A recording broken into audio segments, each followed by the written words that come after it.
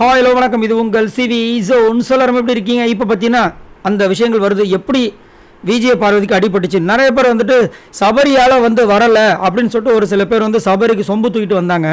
இங்கே கிளியர் கட்டாக தெரியுது சபரியால் தான் இந்த மூஞ்சில் அடிபட்டது. என்னென்னா இந்த டாஸ்க்கு வந்து பார்த்தீங்கன்னா 4 பாட்டில் அங்கே இருக்குது. ஒரு டைமில் ஒரு பாட்டில் தான் எடுக்கணும். ஸோ 3 பக்கம் வந்து 3 பேர் நிற்கிறாங்க. ஆளுக்கு ஒரு பாட்டில் எடுத்துடுறாங்க. சபரி 2 பாட்டில் எடுத்துடுறாரு.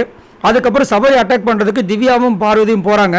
ஸோ அங்கே போகும்போது திவ்யா இந்த பக்கம் எடுத்துடுறாங்க. நம்ம பார்வதி எடுக்க போகும்போது கால் அப்படி தடுக்கிறார்.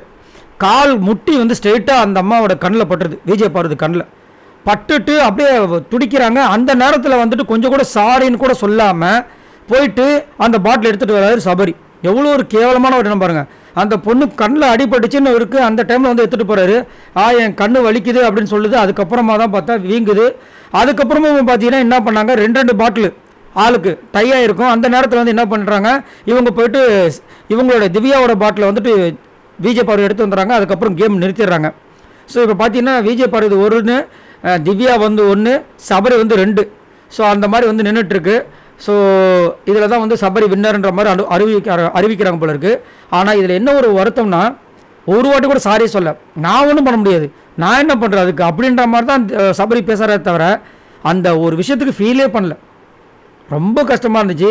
அது ஒன்றும் இல்லை, ஈஸி அப்படின்னு நிறைய பேர் அந்த அதுலேயும் வந்து கானாவனத்துலேருந்து இன்னும் ஒரு சில பேர் அது ஒன்றும் இல்லை, அது ஈஸி, அது ஒன்றும் ப்ராப்ளம் இல்லை அப்படின்றாங்க. அப்புறம் ஸ்ட்ரைட்டாக உள்ளே வந்தார் சபரி. உள்ளே வந்துட்டு யாரும் பக்கத்தில் நிற்காதீங்க, 2 பேரும் மட்டும் இருங்க, மற்றவங்களாம் போங்க அப்படின்றாங்க. ஒரு பொண்ணுக்கு அடிபட்டிருக்கு, எல்லாமே வந்து பக்கத்தில் இன்னும் ஆறுதல் இருக்கணும்னு எதிர்பார்ப்பாங்க. இவர் பெரிய இவர் மாதிரி வந்துட்டு பேசிட்டு அந்த இடத்த ஒதுக்குறாராம்.